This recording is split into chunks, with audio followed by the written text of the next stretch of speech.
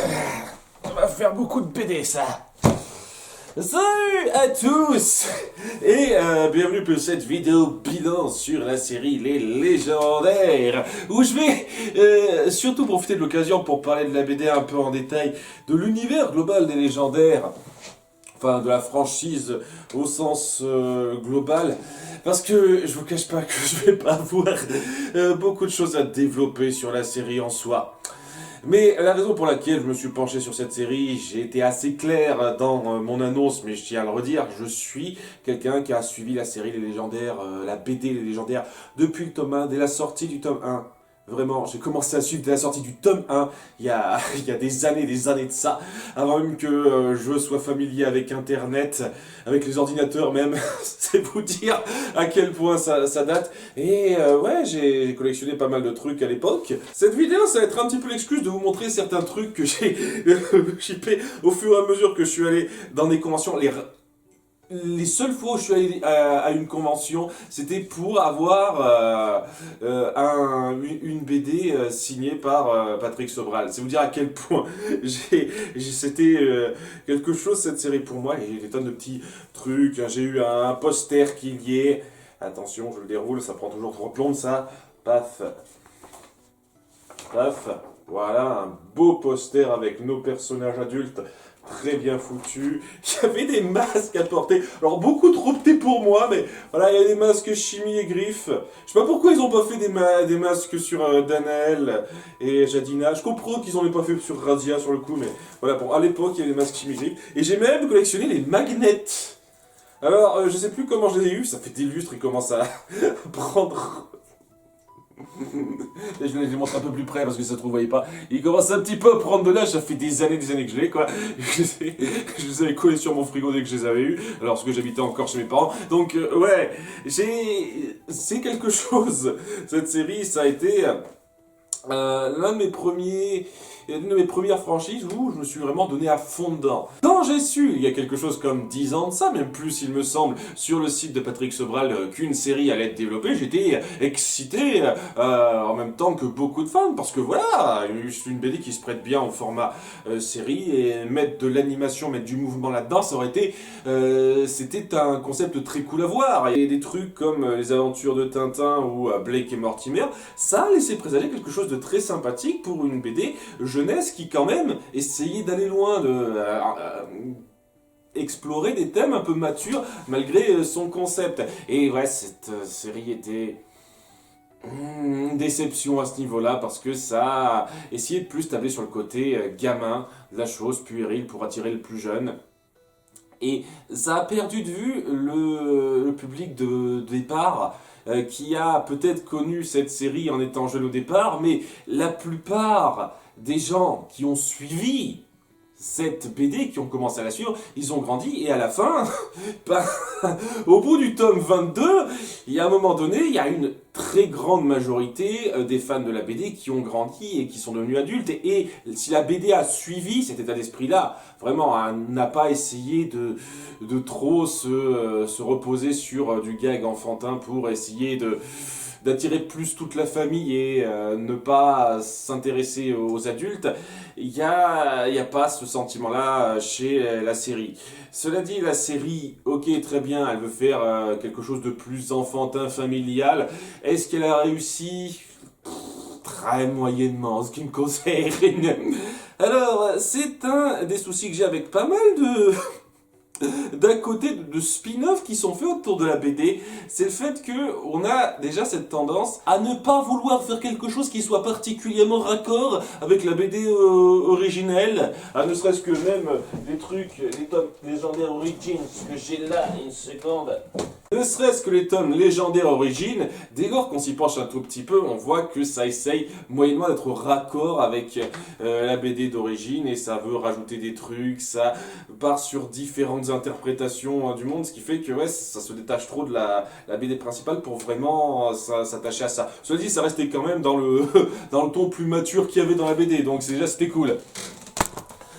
N'empêche que en dépit de ça, c'est un très mauvais point de départ pour n'importe qui concernant les légendaires. Cette série, c'était un rajout qui n'a pas beaucoup à apporter. Pas beaucoup, mais quand même un petit peu. Je vais quand même parler des bons points, mais ça n'a pas été une extension particulièrement satisfaisante à rajouter dans le lore global de la série, de la totalité de la franchise du légendaire. Surtout que bon, si encore pour les légendaires origines, on peut vaguement accepter que ça puisse s'incruster un petit peu dans les légendaires tels qu'on les connaît, si on ferme les yeux sur des détails. Là, c'est clair et net, ça se situe dans un univers où c'est pas du tout raccord avec l'univers de la BD. Il n'y a qu'à regarder les premiers tomes et on voit tout de suite que c'est pas le cas.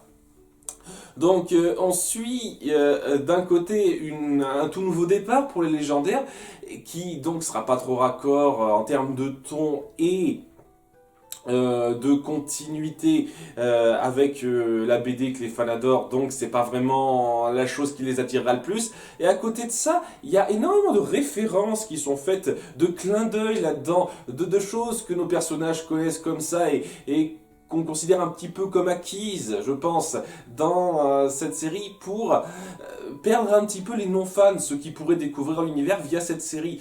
Ce qui fait que c'est un peu le cul entre deux chaises à ce niveau-là et que ça n'a pas été très bien réfléchi. Néanmoins, mais en prenant ça en compte, en voyant ça comme une nouvelle vision de l'œuvre qui essaye moins de faire du mature, est-ce que c'était bien foutu malgré tout? Ça dépend des épisodes, hein. Ça peut se décomposer en 3 catégories si j'ose dire. Il y a un petit quart d'épisodes qui sont corrects, pas mal. Et très souvent, la plupart du temps, ces épisodes qui marchent, ce sont ceux qui essayent vraiment d'étendre l'univers et pas de rapporter ça aux choses connues. C'est-à-dire le combat contre Skrull, Darkel, des méchants bien connus de l'univers de la BD. Dès lors qu'on se centre là-dessus, on sent que ça veut créer une espèce de routine qui marche très moyennement. Par contre, quand on essaye de se centrer sur des à côté, des aventures, où on montre que nos héros sont prêts à s'occuper de tout ce qui leur tombe dessus, pas juste de leur grand méchant attitré ou de leur second grand méchant attitré, c'est très cool de voir ça. C'est très cool de voir ça et des fois ça crée des situations, des scénarios qui peuvent être sympathiques à suivre en dépit du ton puéril et de la mise en scène, à coup-ci, coup-ça. À côté de ça, dans les 3 quarts qui restent, il y en a la moitié qui sont passables, c'est-à-dire que ça raconte pas quelque chose d'inintéressant, mais c'est trop pauvre en termes de mise en scène, de texte, pour avoir une véritable portée. Mais c'est pas non plus affligeant, et la dernière moitié de ces 3 quarts, qui représente donc les 3/8 restants, ce sont des épisodes mal foutus, où le ton puéril prône beaucoup trop sur le reste, et où on n'arrive pas une seconde, enfin dès lors qu'on a un esprit un tout petit peu critique, on n'arrive pas une seconde à être vraiment pris là-dedans. C'est même un peu insultant pour les personnages qu'on connaît et qu'on aime, qui sont quand même un peu plus réfléchis que ça d'habitude et moins gamins, tout simplement. C'est ça un petit peu, cet équilibre-là. Hein. Et ce qui fait que globalement, est-ce que c'est une série que je recommande? Ça dépend si vous êtes plus ou moins coulant. Ça apportera pas grand chose dans l'absolu, mais on peut quand même retirer de temps en temps quelques bons épisodes, quelques idées, quelques concepts qui sont développés un tout petit peu, qui valent le coup là-dedans. Ne serait-ce donc, comme je l'ai dit, les conflit qui diffère un petit peu du gros méchant Darkel ou Skrull habituel, où là on a des concepts qui peuvent être très sympathiques à observer. Hein. Les 2 premiers exemples qui me viennent sont dans les derniers épisodes où nos héros doivent lutter contre une bande de voleurs qui les adulent un petit peu, c'est-à-dire que la dirigeante de ces voleurs, qui s'appelle les Audacieux, les adule un petit peu et prévoit donc un petit peu ses sales coups en voulant se confronter aux légendaires. Donc il y a cette dynamique un petit peu originale qui se crée, et l'autre cas où il s'attaque à des braconniers et où on montre qu'il s'intéresse vraiment à tous ceux qui sont en détresse, pas seulement les humains mais le trafic d'animaux, et c'était bien foutu. Là je pense que c'est mon épisode préféré, l'épisode Les Braconniers, sobrement intitulé Les Braconniers, qui est l'épisode 23 au cas où ça vous intéresse, le meilleur épisode, qui est, je pense, la meilleure illustration de ce que la série pouvait promettre, vraiment, pouvait faire de mieux. Parce que bon, on peut faire beaucoup mieux que ça aussi, hein, on peut faire vraiment des conflits, même entre avec Darkel ou Skrull, qui ont de la portée et de la signification et plus de maturité. Mais avec le ton que veut la série, je pense que c'est cet épisode qui illustre le mieux que ce que ce que l'équipe créative, avec les directives qu'elle a eues, pouvait promettre. C'est cet épisode-là qui le donne le mieux. Voilà, c'est histoire de dire, parce que je vais pas vous faire une liste top des pires personnages, top des meilleurs personnages, je vous le dis tout de suite, parce qu'il n'y a pas grand-chose à en dire, sincèrement. C'est une version au rabais des personnages tels qu'on les connaît, cette série. J'arrive difficilement à voir le moindre la moindre envie de comparer en fait quel personnage parmi nos légendaires et nos personnages secondaires qui sont pris est le mieux retranscrit, parce qu'ils sont tous retranscrits pauvrement. J'ai pas beaucoup de choses à détailler là-dessus. Si vous connaissez pas la BD, dites-vous que ce que vous voyez dans cette série, si vous avez suivi la série sur la BD, ben c'est la version totalement au rabais de ce qu'il y a dans la BD. Donc la BD vous donnera mieux si vous voyez un potentiel intéressant là-dedans. Si vous avez suivi la BD, ben vous aurez les mêmes personnages au rabais donc dans la série, si vous n'avez pas vu la série quoi. J'aurais pas beaucoup de choses à développer par rapport à ça, et c'est ce qui plombe les personnages, c'est surtout majoritairement le ton gaguesque, dans l'humour, dans les bruitages, dans l'action mal faite, parce qu'on sent vraiment qu'il y a un budget assez ric-rac qui n'a pas permis de faire quelque chose de bien fichu. Enfin, j'en sais rien, peut-être que s'ils n'avaient pas choisi cette méthode d'animation, ça aurait mieux marché, parce que c'est la même méthode d'animation que pour les saisons 2 et 3 des Mystérieuses Cités d'Or. Hein, c'est le même studio, il me semble. Donc, voilà, c'est pas une méthode d'animation qui marche très bien. Et même là, on sent qu'ils n'avaient pas un budget énorme pour faire bien passer ça. Ils étaient partis sur une animation qui demande moins de détails dans la création. Peut-être qu'ils auraient pu faire passer quelque chose d'un petit peu mieux, parce que ouais, il y a des cas de séries qui n'ont pas un budget énorme mais qui arrivent à s'en tirer avec un style bien recherché et en sachant parfaitement le gérer avec le budget qu'on leur donne. C'est pas le cas ici, c'est pas le cas ici. L'animation n'aide pas particulièrement, et oui, le ton trop gamin n'aide pas. Hein. D'ailleurs, tant qu'à faire, autant vous parler du pire épisode aussi. Hein. Histoire de terminer, à nouveau, je vais pas faire de liste des pires, des meilleurs ce coup-ci, parce que j'aurais pas grand-chose à dire. C'est juste une série de 26 épisodes. On sent, via le dernier épisode, qu'ils espéraient peut-être faire une suite, mais il n'y a pas eu le succès escompté. Déjà, c'est énorme pour eux d'avoir réussi à vendre cette série sur Netflix, j'ai l'impression. Et avec seulement 26 épisodes sur quoi bosser, honnêtement, j'ai pas envie de m'appesantir sur ce qui a été le mieux fait, le moins bien fait. Je vais juste rapidement dire, voilà, mon épisode préféré, je vous l'ai dit, ça s'appelle Les Braconniers, c'est l'épisode 23 de cette seule et unique saison. Et l'épisode que j'aime le moins s'appelle Un seul gamin, l'épisode 16 de cette saison-là, qui exacerbe de façon ultra irritante l'état de la série, c'est-à-dire le ton ultra gamin, qui ce coup-ci a le gros désavantage de ternir la quasi-totalité de nos personnages. La grosse majorité de nos personnages sont touchés par un sort qui régresse mentalement à l'âge de 5 ans et demi. Donc, c'est ça le gag. C'est censé être drôle. Ça repose que sur ça. Non, ça marche pas. Ça marche tellement pas pour moi. Et je me suis étendu là-dessus sur ma critique. J'ai pas envie d'aller très loin. C'est une série que je vous recommande surtout pour quelques épisodes. Je pense que je vais vous mettre une petite liste des épisodes qui valent le coup d'être vus sans que ça gêne particulièrement avec la continuité de la BD. C'est des épisodes où ça raconte quelque chose d'à part, sans foutre en l'air trop nos personnages, qui valent un petit peu le coup d'être découverts pour montrer que nos héros ne sont pas les gentils qui se battent contre le gros méchant habituel. Ils peuvent aider les gens de différentes façons, et c'est cool de montrer ça, de montrer une certaine diversité dans leurs bonnes œuvres. C'est ces épisodes-là qui, je pense, valent le plus le coup d'être vus, même s'il y a un autre point que j'ai apprécié là-dedans, histoire de terminer avec les critiques positives dans cette série, c'est le fait qu'on veuille un petit peu se pencher davantage sur l'accident Jovenia et nos héros qui veulent tout faire pour l'inverser. Ce qui, dans la BD, est pas aussi appuyé. Au début, c'est appuyé, mais plus ça avance, plus on se dit « Oh merde, on s'en fout presque. » C'est un détail. Tous nos personnages ont cette apparence d'enfants de 12 ans, et c'est pas grave. On vit avec.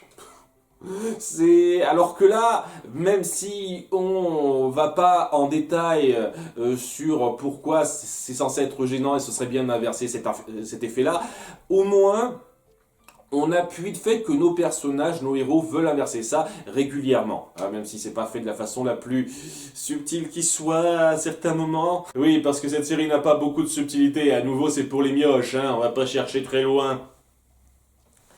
Cela dit, je ne regrette pas d'avoir découvert ça. Je vais surtout retenir ce qui était bon là-dedans. Voilà, c'est ce que ça a voulu rajouter un tout petit peu, en dépit des 70% de perte de temps et d'irritation que ça a amené, les 30% de bonnes idées, de choses qui sont bien montrées malgré le fait que la majorité des choses sont mal montrées. Ces détails-là représentent pas tout à fait rien non plus, et c'est ce qui permet pour moi de dire que globalement, si je dois juger cette série intrinsèquement en soi, sans prendre trop en compte la BD, c'est moyen. Voilà, c'est pas mauvais, c'est pas bon non plus, c'est moyen, le bien arrive à compenser à peu près le mauvais, et on peut faire pire comme série. Mais c'est pas non plus de la grande qualité. Et quand on voit, je sais pas, des BD sérieuses comme Tintin et Blake et Mortimer, dont j'ai parlé, qui ont été adaptés de façon un peu plus mature que ça aurait été largement plus cool de voir une adaptation de ce genre-là à l'écran. Ça aurait été largement plus cool de voir ça, mais ça n'a pas été le cas, malheureusement. Tant pis, on a ce qu'on a. Ce qu'on a, c'était pas fameux, c'est vite tombé dans l'oubli, à raison. Mais est-ce que ça mérite la pire désir? Pas particulièrement. C'est un projet qui a pas bien été peaufiné. En tout cas, je ne m'attendais pas à me pencher autant de temps là-dessus, puisque, comme je l'ai dit, c'est une série qui n'aura pas beaucoup d'impact, ça va vite être oublié pour moi.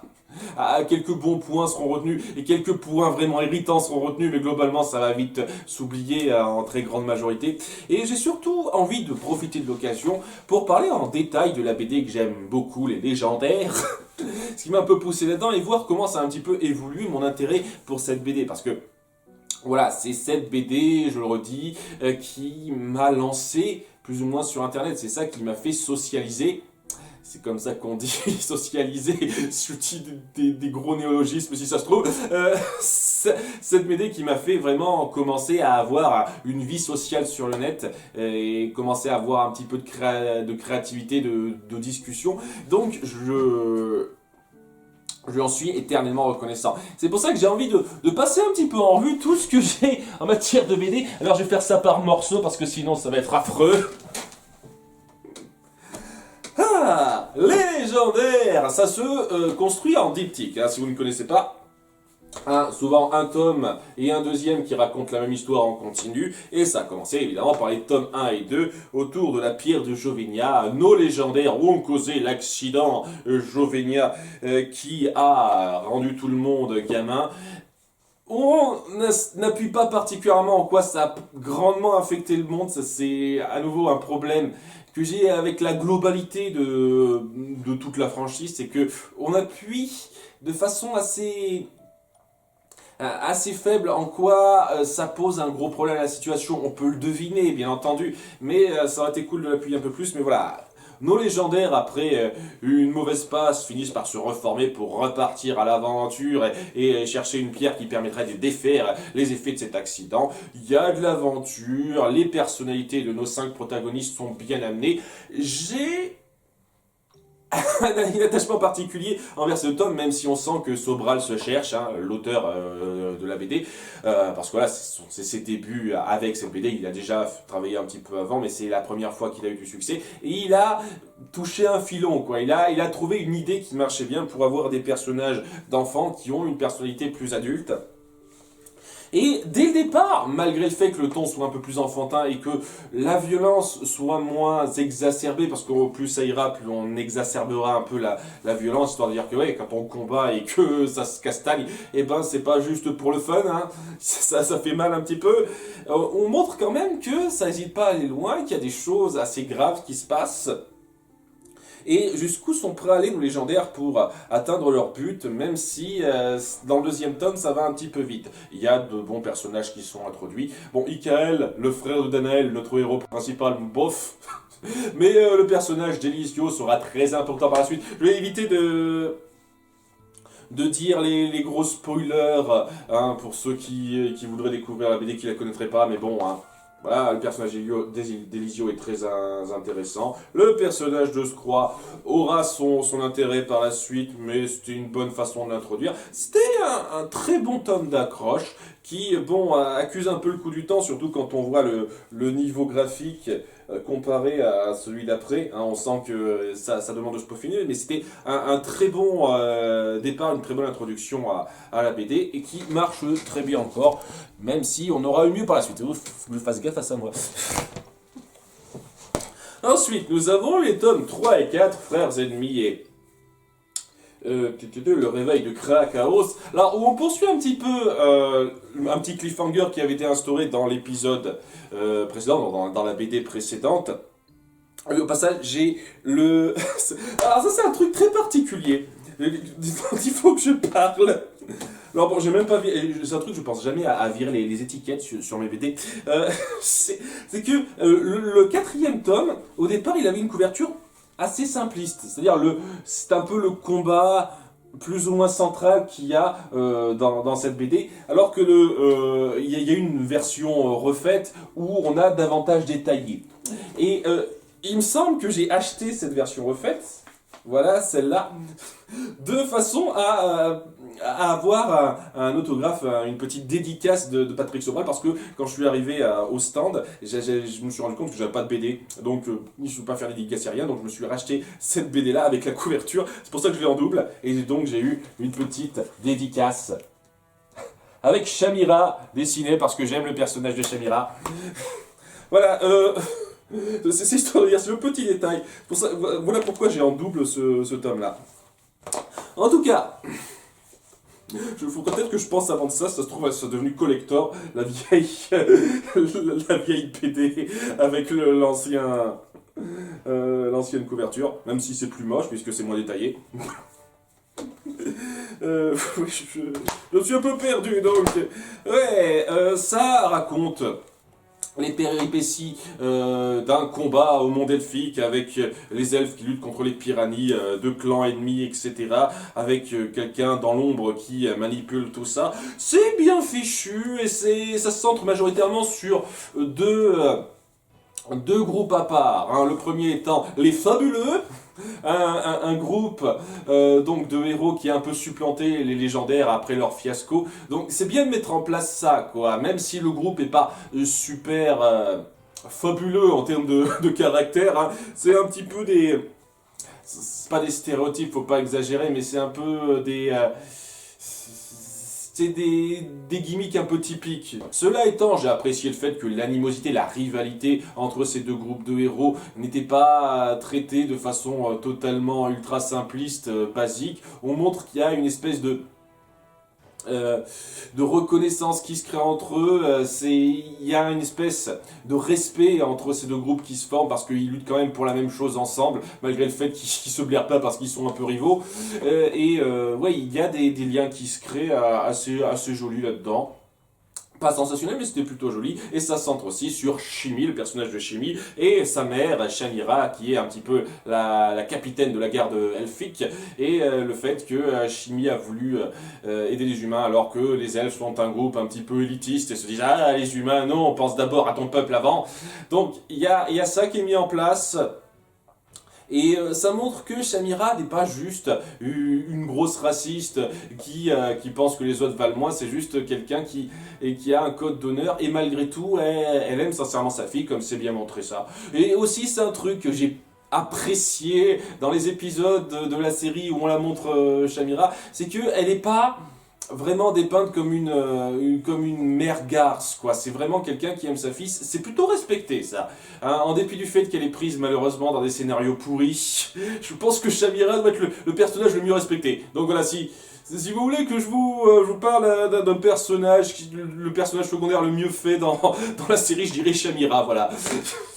Mais bon, c'était un bon combat, ça mettait un petit peu un terme temporaire à quelque chose qui avait été mis en place dans l'épisode, dans le diptyque précédent. C'était bien fichu, en dépit du fait qu'il y avait certaines longueurs. Surtout dans le début, on sent que ça prend du temps pour instaurer pas mal de trucs qui n'auront pas tant d'impact que ça par la suite. Ce qui fait que ouais, le rythme est un peu discutable. Hein, c'est souvent un des diptyques les plus faibles, mais j'apprécie le personnage dedans, ce qui est mis en place, et une fois de plus, on sent que c'est toujours la période où Sobral se cherche un tout petit peu. Voilà, c'est à partir du tome suivant, je pense que Tobral aura vraiment pris sa marque. Là, il y avait quand même encore un reste de recherche dans ces tomes-là.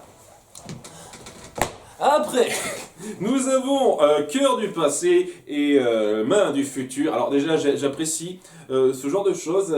Sobral a cette tendance, de temps en temps, à faire des titres qui sont un petit peu des miroirs. Cœur du passé, Main du futur, etc. C'est pareil avec les tomes 7 et 8, il me semble, ou 9 et 10, enfin je ne sais plus. J'apprécie ce genre de petits détails qui montrent qu'on pense un petit peu à la globalité. En tout cas, voilà, c'est, je pense, mon diptyque préféré de toute la BD.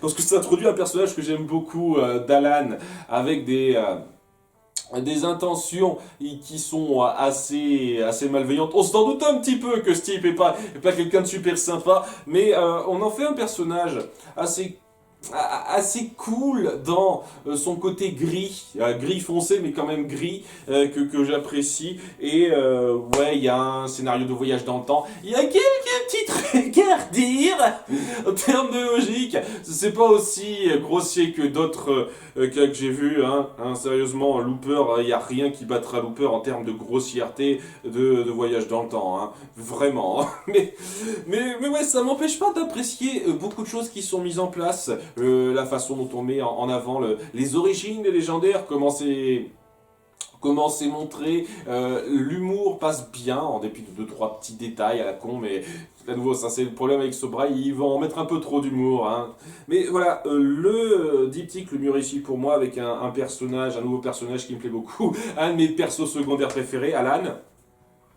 Des enjeux très intéressants et pas mal de moments forts. Ça appuie une fois de plus que Sobral n'hésite pas à se montrer violent par moments, parce que c'est violent à quelques moments ce truc-là. Après les tomes 7-8, on essaie là aussi de faire un petit parallèle dans la façon dont sont dits les titres, où on va se centrer ce coup-ci sur Griff. Là, dans les 2 tomes précédents, on s'est surtout centré sur Jadina et Danaël. On fait vraiment des tomes où on se centre vraiment sur des personnages précis, nos légendaires, de façon à les mettre en avant, et c'est cool ça. C'est aussi un truc qui fait qu'on est vraiment pris dedans, quoi. Les tomes 3-4, on se centre davantage sur Shimi, les tomes 5-6, Danaël et Jadina, et les tomes 7-8, Griff, sont passés. Alors je vous cache pas que j'ai quelques petits soucis avec ce tome-là, hein. La façon dont les choses sont amenées au début, c'est un petit peu rapide, et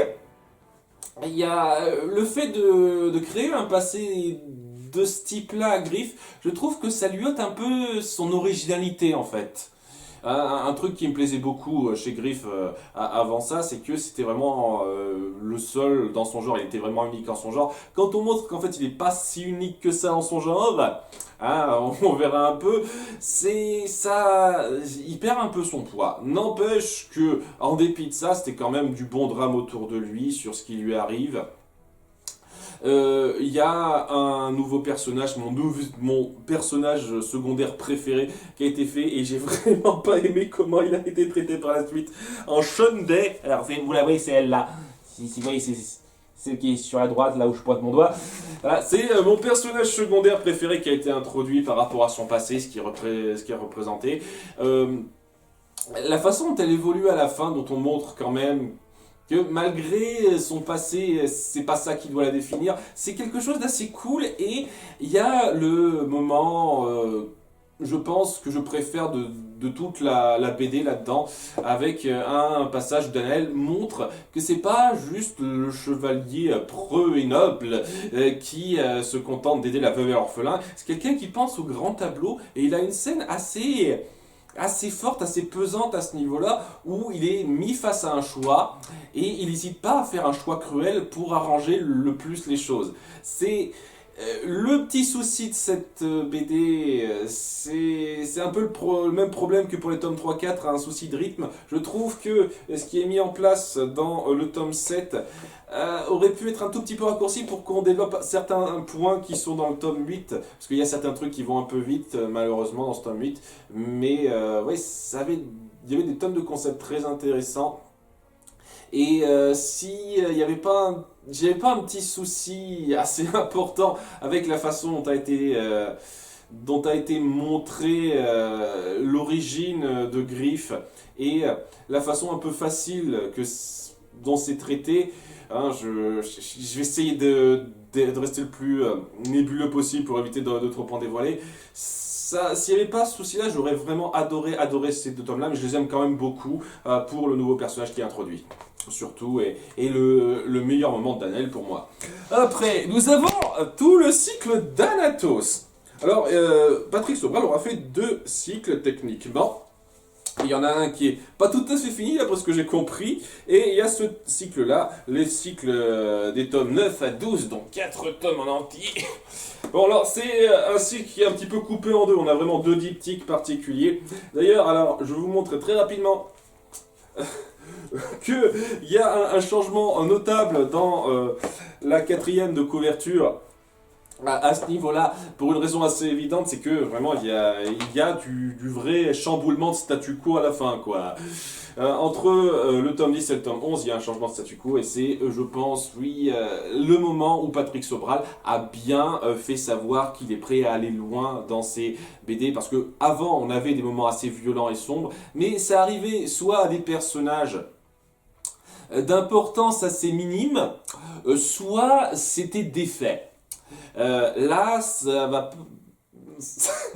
Techniquement, c'est difficile à dire que ça va pas être des faits ce qui arrive, mais ça a plus de poids et c'est pas des faits tout de suite après, quoi. On va dire ça. Mais voilà, il y a quelque chose de fort dans cette nouvelle menace, un dieu qui attaque, etc. Et nos légendaires qui doivent se préparer à ça en devant faire alliance avec une ancienne ennemie qui a été introduite dans les tomes 5-6. Alors, ça aurait été cool de l'appuyer un petit peu plus avant ça, je trouve, le personnage de Ténébris. Mais voilà, le personnage de Ténébris a su vraiment bien s'incruster dans ces tomes 9-10. Pour moi, de façon à ce qu'elle devienne un de mes personnages préférés de la BD aussi. Ça deviendra un personnage d'importance principale par la suite. Et je trouve qu'elle a été bien fichue là-dedans, en dépit de quelques petits soucis. Le personnage d'Anatos et c'est la menace qu'il représente, c'était bien foutu. Les conflits qui sont créés, les drames et tout, bien rendu. Ce coup-ci, étant donné qu'on s'est centré sur 4 de nos légendaires, il en restait un dernier à traiter. Durant tout le cycle d'Anatos, il n'y a pas y avoir vraiment deux personnages réellement centrales, mais on va quand même prendre un tout petit peu plus de temps sur le personnage de Razia pour appuyer davantage son passé, notamment avec Ténébris, puisque ils ont un lien particulier entre eux. Le passé de Razia est très intéressant et on montre de façon claire que oui, Razia est pas un personnage tout blanc tout noir, quoi. Ils n'ont pas tous eu des intentions nobles et ils viennent de différents milieux. C'est vraiment cool de montrer ça. Surtout à partir d'un personnage qui, au premier abord, dans les premiers tomes, je vous cache pas que Razia, c'est pas un personnage qui m'a grandement marqué. Mais on a quand même, dès le début, assez appuyé le fait que c'était pas juste un gros mangeur, Razia. Hein. Il avait quand même il en avait un petit peu dans la caboche.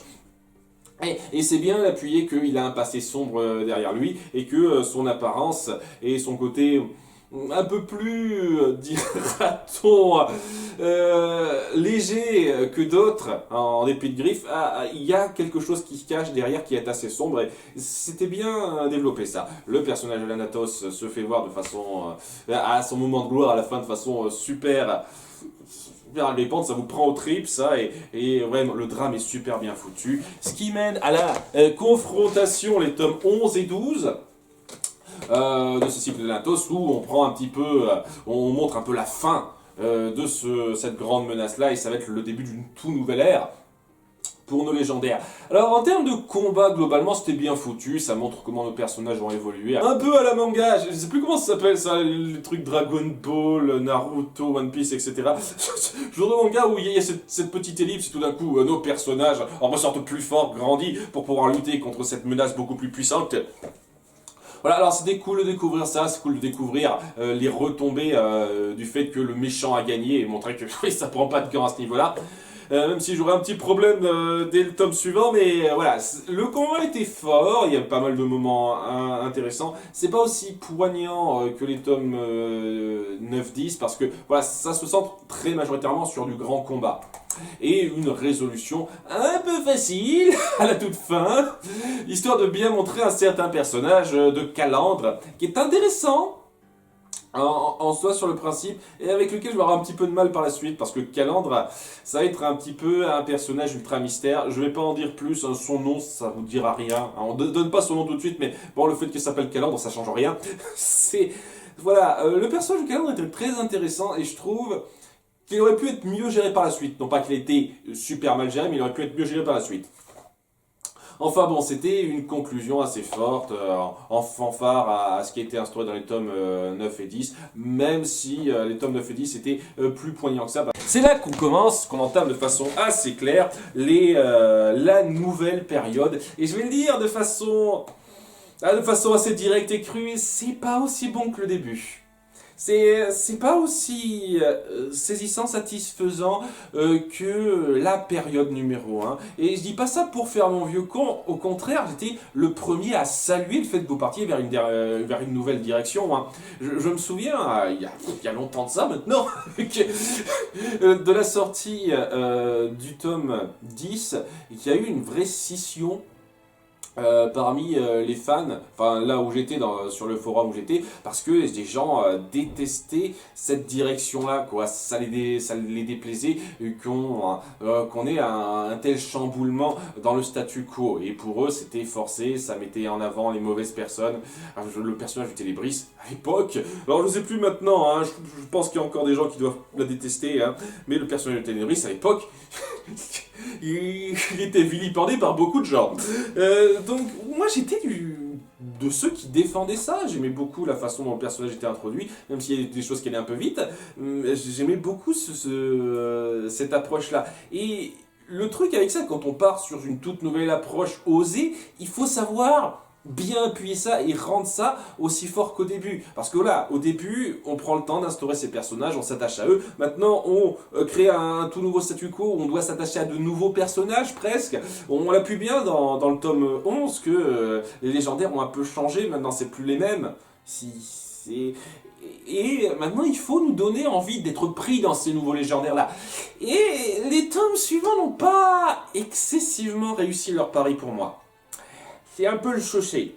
C'est non pas pour dire que les tomes 13-14 sont mauvais, ils racontent une bonne histoire avec... Punaise, là, je trouve même que le côté violent, cru de certains moments est peut-être un poil exagéré. Genre, c'est pas la peine d'aller peut-être aussi loin que ça. Cela dit, oui, on va se centrer davantage sur Jadina et Ténébris dans ce double tome. Surtout Jadina, malheureusement. Ténébris, je dis pas qu'elle sera pas mise en avant, mais pas d'une façon vraiment satisfaisante pour développer le personnage. Vu qu'on aura moyennement Ténébris durant la grosse majorité de double tome, là aussi j'essaye d'être le plus nébuleux possible pour pas que vous saisissiez tout le détail, mais ouais, c'était assez évident parce qu'il y a une espèce de mystère qui s'instaure à la fin du premier tome. Qu'est-ce que ça veut dire? Est-ce que Jadina a bien fait ce qu'on pense qu'elle a fait, etc. Moi j'avais deviné pas mal de détails. Comment il s'expliquerait par la suite, et ça a été confirmé dans le tome suivant. Donc voilà, le petit mystère qui s'est instauré n'a pas aussi bien marché pour moi que pour d'autres, même si je reconnais que en termes d'action, en termes d'enjeux, c'était fort. Il y a des enjeux qui sont mis en place sur cette nouvelle accession au trône. La reine d'Orchidia, la mère de Jadina Adéride, qui veut un peu une succession, et il y a des enjeux qui se créent, tout en mettant un mystère sur le passé de Ténébris. C'est cool. Sachant que, oui, j'en ai pas parlé. Faut que je reparle rapidement d'un tout petit détail. Attends. Faut que je reparle rapidement du tome 1. Parce que il y a un détail qui m'aura toujours fait délirer. Je retrouve la page pour ceux qui voudraient voir. Il faut que je vous raconte ça. Page 25, on parle de la pierre de Crécia à trouver et de leur lutte contre Darkel dans son château. Et il y a Jadina qui dit, tout ça c'est de la théorie, on le savait déjà, mais on a déjà fouillé tout Castel sans rien trouver. On a fouillé tout Castel sans rien trouver. Cette réplique... Je pourrais en faire un gag récurrent si je devais critiquer la série et la péter au détail, tellement c'est... Ça me fait marrer après coup, quoi. On a fouillé tout Castel. Ouais, vous avez fouillé tout Castel, c'est ça. Durant toute la BD, mais vraiment toute la BD, il y a des tas de trucs qui viennent un peu contredire ça, on a fouillé tout Castel. Et même dans ces tomes 13-14 où on est quand même parti sur un tout nouveau pan de la BD, on vient contredire une fois de plus ça pour la 3e ou 4e fois. On a fouillé tout Castel.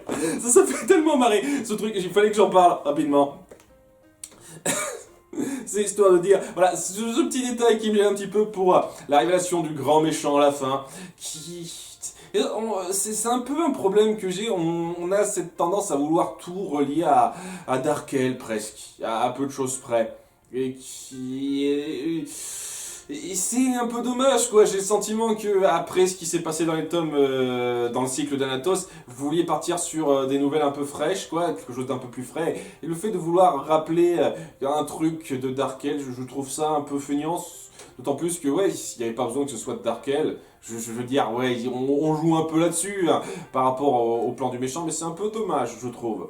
C'est un peu grossier par rapport à ce qui était mis en place dans le premier tome, mais voilà. Voilà. Le méchant n'a pas extraordinairement vaincu, même si physiquement parlant, en termes de plans, il était quand même solide, tenait bien la route, et il y avait quelque chose d'assez fort dans le traumatisme de Jadina, ce qu'elle a vécu, etc. Et ce qui lui arrive. J'avoue que c'était plutôt cool, c'était bien fichu, mais c'est un peu le problème qui va se poser, c'est une bonne histoire.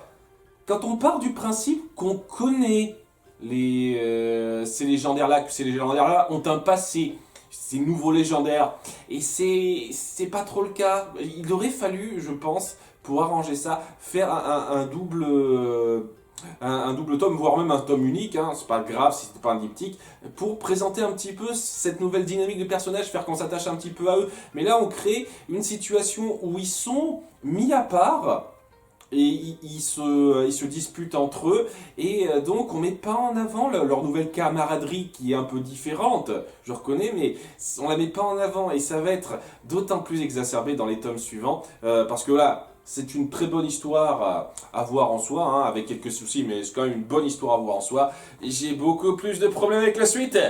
Tome 15 et 16. Les deux seuls tomes que je n'aime pas. Sachant que le tome 15, j'arrivais à lui pardonner quelques trucs parce que, en dépit de ce que ça instaurait, c'était pas non plus ultra affreux, etc. Et peut-être que la résolution allait rattraper le coup. La résolution rattrape rien. C'était pour moi une insulte au personnage de Griff qui donne l'impression de ne pas avoir évolué dans sa mentalité et ça crée du conflit entre nos personnages qui, ouais, à nouveau quoi, deuxième diptyque où on se sent vraiment sur nos légendaires après Anatos et une deuxième fois d'affilée on a du conflit entre eux. Alors j'imagine que c'est peut-être pour appuyer qu'il marche pas très bien en tant que légendaire comme ça, mais ça donne un petit peu l'impression de vouloir nous vendre ces nouveaux légendaires là. On a leur portrait sur le 4e de couverture, c'est quelque chose, mais non. Non, on fait pas ça, on fait des situations où on force le conflit parce que voilà, Griff doit se comporter en débile et ne rien dire à tout le monde sur ce qui lui arrive, ce qui a fait en sorte qu'il ait ses pouvoirs, etc. Parce que merde. Et ça créera donc du conflit assez gavant avec des méchants presque de dernière minute dans le deuxième tome qui n'avaient pas du tout été introduits dans le premier et qui donc casse un petit peu le coup puisque voilà, étant donné qu'ils ne sont pas introduits, ça sent l'excuse de dernière minute pour créer plus de conflits. Et ça aide pas une seconde à appuyer nos personnages et c'est surtout forcé. Ça rend le personnage détestable de Griff et le personnage qui empathie le plus de façon claire pour moi c'est Shundai. Parce que là le personnage de Shundai revient, comme j'ai dit c'était mon personnage secondaire préféré à être apparu dans un optique et il est insulté ce personnage, on l'insulte, ce personnage qu'il représentait. En faisant une 5e roue du carrosse si j'ose dire, à nouveau j'essaye d'en dire le moins possible. Et en lui donnant une conclusion expédiée où ce qu'elle aura apporté en fin de compte n'aura signifié pas grand chose. C'est frustrant, c'est vraiment frustrant. Ça, de cracher sur un personnage comme ça, de faire régresser un personnage central. Griff a régressé pour moi. Les conflits donnent pas l'impression d'être légitimes à cause de ça et c'est les tomes les moins bien pensés et ça appuie le problème important parce que les tomes suivants ça va être un peu une conclusion de ce nouvel arc des légendaires, ce nouveau grand arc des légendaires où ils sont plus tout à fait comme ils étaient avant et les deux histoires qu'on a eues avant c'était deux histoires où ils étaient en conflit les uns contre les autres, ce qui fait que cette espèce de sensation de camaraderie, de mise en place du groupe que c'était, on la ressent pas. J'attendais que ça, ressentir ça, me sentir attaché d'une façon nouvelle à ce nouveau groupe de légendaires, et c'est pas le cas. Je veux dire, ils sont là, hein, ils sont toujours les personnages à part, il y a des trucs intéressants entre eux, mais on le ressent pas, ce nouvel attachement. Ce qui fait que ce qui arrive dans les tomes 17 et 18, ça va être assez... Ça va pas avoir autant d'impact que ça aurait pu en avoir parce que on va avoir une grande conclusion où on va se repencher sur Calandre, ce nouveau personnage assez bizarre et mystérieux. Il y aura des motivations assez plan-plan, honnêtement. J'espérais des motivations un peu plus poussées que ça. J'imagine que c'est difficile d'avoir des motivations de méchants très diversifiées. Hein, c'est vrai quand on y pense, quoi. Besoin de pouvoir, détruire le monde et revanche. En gros, c'est ces trois premières motivations auxquelles on peut en penser. Et j'imagine que c'est plus difficile de penser à quelque chose qui sort des sentiers battus à ce niveau-là. C'est un peu le problème, quoi, lorsqu'on met en avant ce personnage qui en voit beaucoup, le personnage de Calandre. Et ben, il y a quelque chose d'un peu décevant là-dedans de voir que c'est pas des motivations ultra recherchées quoi. On sent qu'elle a quelque chose de puissant en tête, qu'on n'arrive pas à saisir ce qu'elle veut, mais en fait non. D'autant plus que ouais, il y a un truc qui me fait un petit peu marrer là-dedans, parce qu'on finira par voir son vrai visage. Hein. Calandre, ça a toujours été quelqu'un qui avait le visage drapé Hein, on ne savait pas exactement à quoi elle ressemblait, on voyait juste sa bouche et tout. Et il y avait un épisode des légendaires, enfin un tome des légendaires origines, où on montrait, où lorsqu'elle montrait son visage à quelqu'un, ça la faisait carrément perdre les pédales, quoi. Mon Dieu, mais c'était horrible, qu'est-ce que je viens de voir, hein, c'est genre, rien que cette vision, ça lui a fait perdre la tête. Et lorsqu'elle montre ça, je me dis, ouais, ok, hein, c'est un visage particulier, hein, c'est pas la personne qu'on voit tous les jours, mais vraiment à devenir taré comme dans le tome 2 de Légendaire Origine, je comprends pas. Ça fait partie des détails en plus, quoi, qui aident moyennement à incruster les Légendaires Origines dans les tomes principaux, je trouve. Alors, c'est un petit détail, ça. Hein. Le souci que j'ai donc, c'est que on va faire une espèce de conclusion particulière à cette nouvelle ère des légendaires, et elle sera pas particulièrement impactante parce que on n'aura pas bien poser ces légendaires-là. Je reconnais quand même que j'ai adoré beaucoup de choses là-dedans, des choses qui sont mises en place. Le personnage d'Artemus, beaucoup de gens l'aiment pas. Moi, je trouve qu'il y a des choses très intéressantes autour de lui qui peuvent se faire, même encore, je le pense. Hein. Je le pense, même si j'aurais des choses à dire sur lui dans les tomes suivants, mais il y a des choses qui étaient très sympathiques à voir là-dedans, dans cette nouvelle mise en place, nos personnages qui se retrouvent et tout, avec d'autres. C'est un peu le passé qui revient vers le présent, et un conflit qui se met en place. Les mises en scène sont un peu grossières, mais il y a des choses qui sont quand même assez fortes là-dedans, et c'est à peu près ce diptyque, c'est le seul moment où Michael brille un petit peu. Hein, un petit peu, pas beaucoup, mais voilà, hein, si vous voulez du pont sur Michael, regardez un petit peu ce diptyque-là, c'est le seul moment où on brille un petit peu, quoi. Voilà. Les combats sont cool. Les capacités des différents personnages, nouveaux personnages qui sont montrés, c'est vraiment pas mal. Et elle envoie quelque chose. Il y a quand même, dans ce que renvoient nos personnages, quelque chose d'assez fort. Mais pour un personnage aussi, qui a autant été placé haut que Calandre par rapport à ses capacités, régler ça en un diptyque seulement, alors que pour Anatos, ça a pris 4 tomes, déjà ça fait un peu court. Mais bon, étant donné qu'on lui a donné des motivations assez basiques, ça n'a pas été aussi extraordinaire que ça. Et surtout, j'ai pas ressenti autant d'émotions que j'aurais dû ressentir que si on avait vraiment bien présenté, bien posé notre nouveau groupe de légendaires, comme je l'ai dit. C'est le souci qui a fait que ce double tome, malgré le fait qu'il soit bien, vraiment c'est une bonne histoire, m'a pas autant marqué qu'il le devrait, alors que c'est censé représenter un pan important de l'histoire de nos légendaires, quoi. S'ensuit alors le dernier arc en date, qui n'est pas tout à fait terminé, d'après ce que j'ai compris. En tout cas, il me semble. Hein. Alors, avec une toute nouvelle couverture de fond, où... Et une fois de plus, on voit que l'air a changé, c'est plus tout la même chose. Ça s'appelle World Without.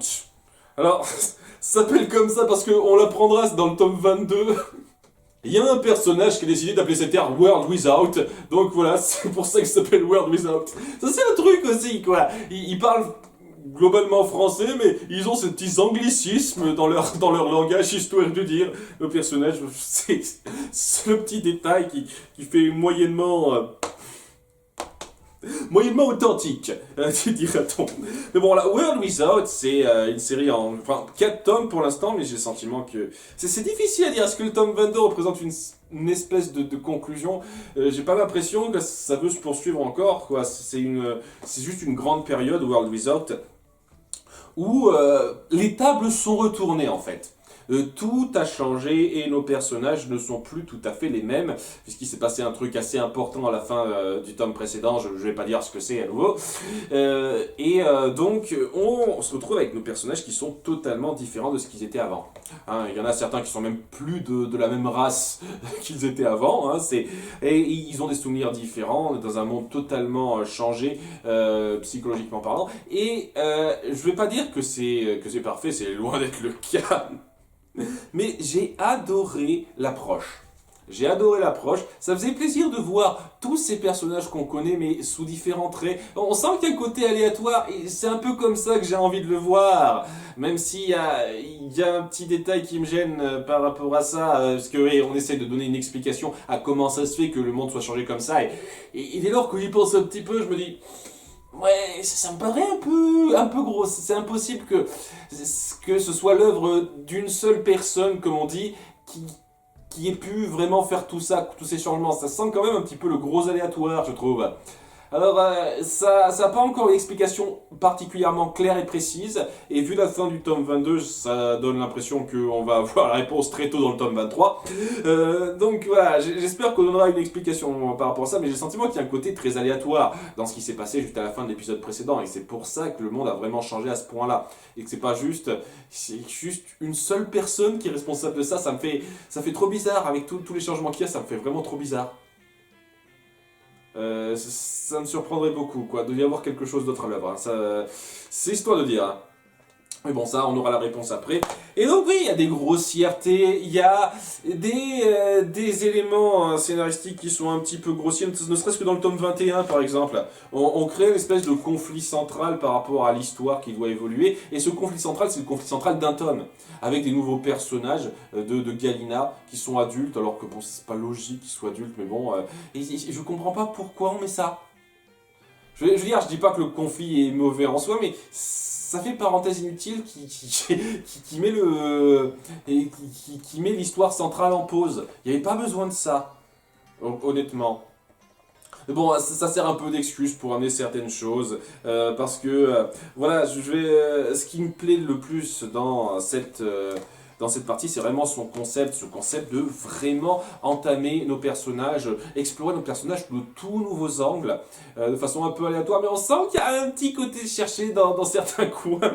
Voilà, je sais qu'il y a beaucoup de gens qui n'ont pas aimé que Danaël se retrouve avec Chimie en couple au début. Début de la série, mais bon, hein, ça va être ça va être restauré, rassurez-vous, ça, on va réparer ça au fur et à mesure. Et ouais, il y a pas mal de points de vue intéressants dans nos personnages, comment ils sont perçus, comment on les voit autrement qu'avant.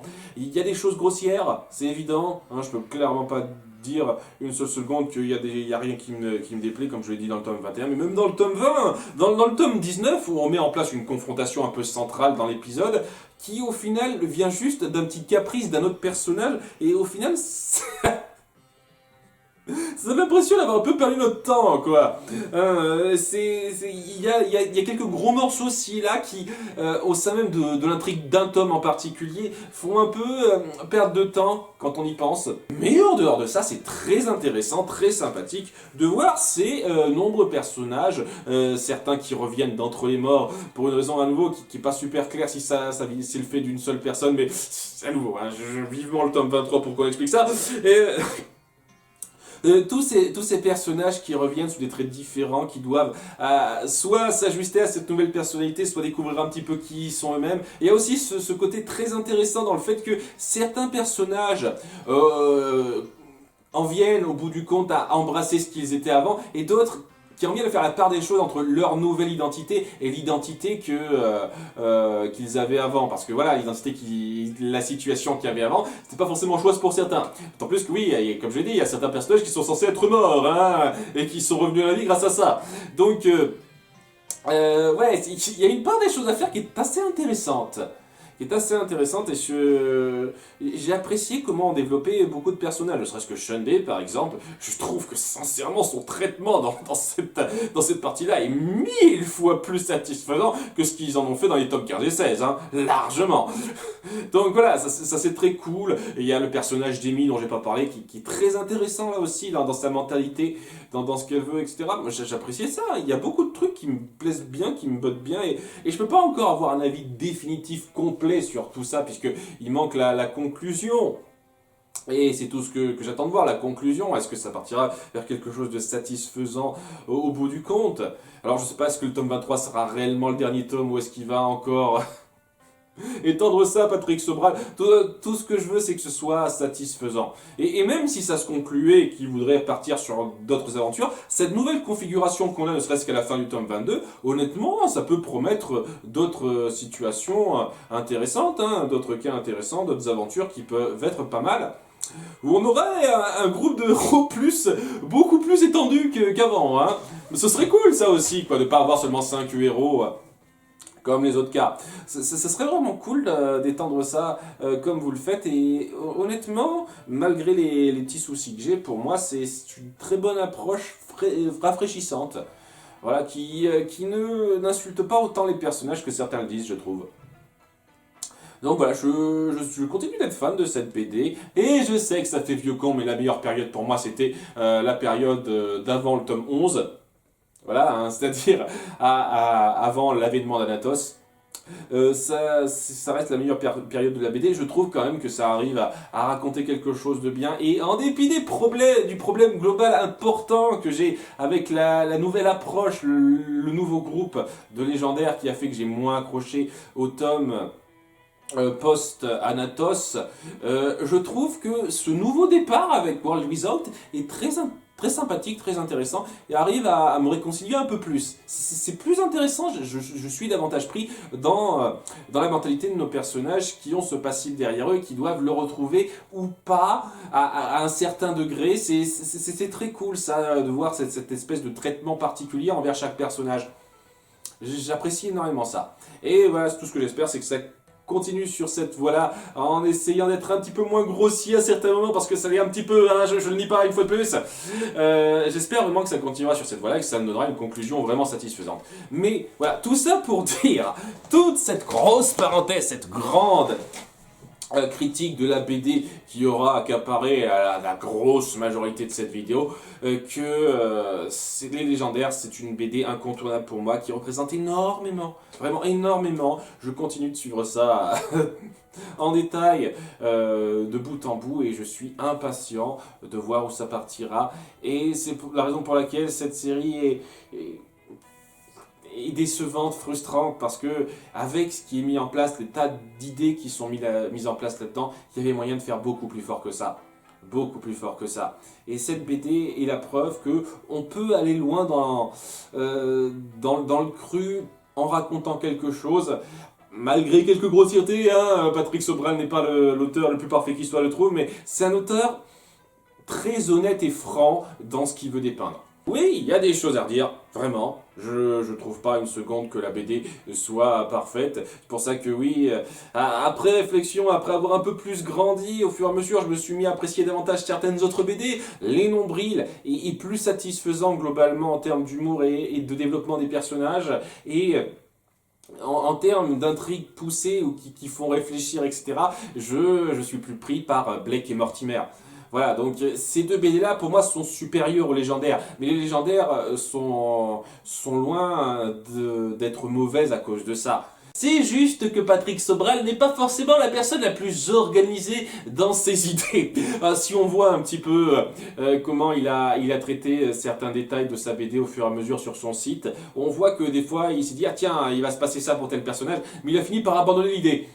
Oh tiens, ce tel personnage marche selon telle logique, mais au bout du compte on s'en fout. Cette logique-là, j'ai un petit peu abandonné en cours de route. On sent un petit peu ça, quoi. On sent que c'est quelqu'un qui laisse parler un peu ses tripes et qui n'est pas le plus réfléchi lorsqu'il pense à la globalité de son œuvre. Ce qui fait que, ouais, il y a des choses, il y a des détails de continuité qui sont assez importantes à gober, surtout quand on veut incorporer les légendaires origines. Je suis désolé, si vous voulez incorporer les légendaires origines dans les légendaires en termes de continuité, il y a énormément de choses à redire. C'est pour ça qu'il s'est défendu en disant ouais, c'est une approche différente, quoi. C'est un nouvel univers que je mets en place qui essaye d'être lié aux légendaires, mais pas tout à fait. Vous voyez. Mais malgré tout, sa générosité, sa passion se ressent. Et c'est quelqu'un qui fait du travail de qualité malgré tout. C'est un Quentin Tarantino avec moins de tard à la Quentin Tarantino, que si j'ose dire. Parce que voilà, j'apprécie vraiment la passion de Quentin Tarantino. Je trouve qu'il réfléchit vraiment trop peu à ses scénarios pour les rendre vraiment satisfaisants dans leur globalité. Voilà, alors on ressent un petit peu ça chez Patrick Sobral, en moins poussé malgré tout, parce qu'on sent quand même qu'il y a une réflexion qui est un peu poussée derrière malgré tout, mais elle n'est pas non plus poussée jusqu'au bout. Et voilà, c'est le petit souci que j'ai globalement, si je dois vraiment résumer les problèmes avec la BD, c'est que la réflexion est là, mais elle n'est pas suffisamment poussée, et elle se laisse un peu trop emporter par la passion de ce qu'il veut raconter. C'est ça qui l'empêche de faire quelque chose d'ultra marqué. Notamment le fait que c'est quelqu'un qui veut tellement être ouvert aux nouvelles possibilités qu'il ne fait pas de carte du monde d'Alysia, par exemple. Parce qu'il se dit que si ça se trouve, un de ces quatre, je pourrais rajouter une nouvelle race à un nouveau continent. Donc, je vais pas me restreindre. Alors que voilà, je préfère les auteurs qui sont plus chevronnés, plus poussés, plus dans le détail, qui se disent bien voilà, je prévois jusqu'au bout, je me mets en place un cadre particulier et j'essaye vraiment de l'exploiter jusqu'au bout pour donner quelque chose qui tient le plus la route. Voilà, c'est ce que je préfère. C'est pour ça que je préfère davantage une BD comme Blake et Mortimer. Voilà, ou d'autres cas, ne serait-ce que le manga Fly par exemple, qui très tôt a sa carte du monde et on fait bien en sorte de mettre en avant les différents royaumes, les différents coins, les différentes factions, etc. Ce qui fait que dès le début, on peut voir venir un petit peu les différents conflits, les différentes choses qui se mettent en place. Voilà pourquoi je préfère le manga Fly aussi. C'est le souci global. Ça n'a pas empêché d'apprécier globalement les personnages qui ont des personnalités vraiment marquantes, attachantes. Mon préféré étant Danael, je pense. Si je dois dire ça, c'est très difficile, j'ai beaucoup aimé Griff, mais il a été assez malmené, malheureusement, dans certains tomes, ce qui fait que je l'aime un petit peu moins. Donc, globalement, je dirais que je préfère un peu Danael, voilà, globalement. Mais bon, tous les personnages sont bons, la plupart des personnages secondaires sont marquants, il y en a certains que j'adore sincèrement. Les histoires qu'on écrit ont des enjeux prenants, on n'hésite pas à être mature. Et des tas de choses comme ça qui font que cette BD a su trouver son public, a su trouver sa popularité, et elle l'a mérité. Voilà, je me suis énormément étendu là-dessus parce que voilà, c'est une BD qui représente beaucoup pour moi et c'est la raison pour laquelle je me suis lancé dans la série animée au départ. C'est pour pouvoir parler de cette BD-là. Et malheureusement, vu que cette série se détachait un petit peu trop de la BD en termes de ton et en termes de continuité, j'ai pas pu autant mettre en avant la BD dans mes propos, mon attachement à cette BD, ce que je pensais de la BD, que je l'aurais voulu. C'est pour ça que, personnellement, c'était important de faire ce gros morceau de fin qui représentera la grosse majorité de la vidéo parce que c'est quelque chose d'important. C'est quelque chose d'important. Cette BD, c'est un des facteurs les plus importants qui m'a mis à cette place tout de suite aujourd'hui. S'il n'y avait pas eu cette BD, je suis vraiment pas certain de là où j'en serais aujourd'hui. Je sais pas quelle voie j'aurais choisi. Est-ce que j'aurais été sur le net? Est-ce que j'aurais créé une chaîne YouTube? Est-ce que je me serais intéressé aux nostalgies critiques en détail comme ça? Je ne sais pas. Je sais pas. C'est cette BD qui a enclenché beaucoup de choses chez moi. Et pour ça, elle a une valeur sentimentale importante, malgré les défauts que j'y trouve. Et c'est pour ça que je tenais à en parler en détail, c'est pour ça que je tenais à traiter cette série, en dépit du fait que ouais, c'est pas une série qui a beaucoup fait parler d'elle et que beaucoup de gens se sont dit bon, je m'en fiche un petit peu, vivement la série suivante. La série suivante, vous l'aurez, la série suivante ce sera Star Butterfly. Ça va sortir la semaine prochaine, dès lundi prochain, vous aurez les réactions sur Star Butterfly, je vous rassure. Je vous préviens aussi que les premières critiques vont pas être très chaleureuses, hein. Je vous ai prévenu lorsque j'ai lancé le sondage que j'allais pas être sympa avec les premiers épisodes, et ben je vais m'en tenir à ces paroles, hein. Je suis un homme de parole, je vais pas être sympa avec les premiers épisodes, hein. Préparez-vous mentalement à ça. En tous les cas, merci d'avoir suivi cette longue vidéo bilan qui sera surtout centrée sur la BD, mais merde, j'avais envie de parler de la BD, c'est important pour moi. À bientôt pour de futures vidéos, au revoir.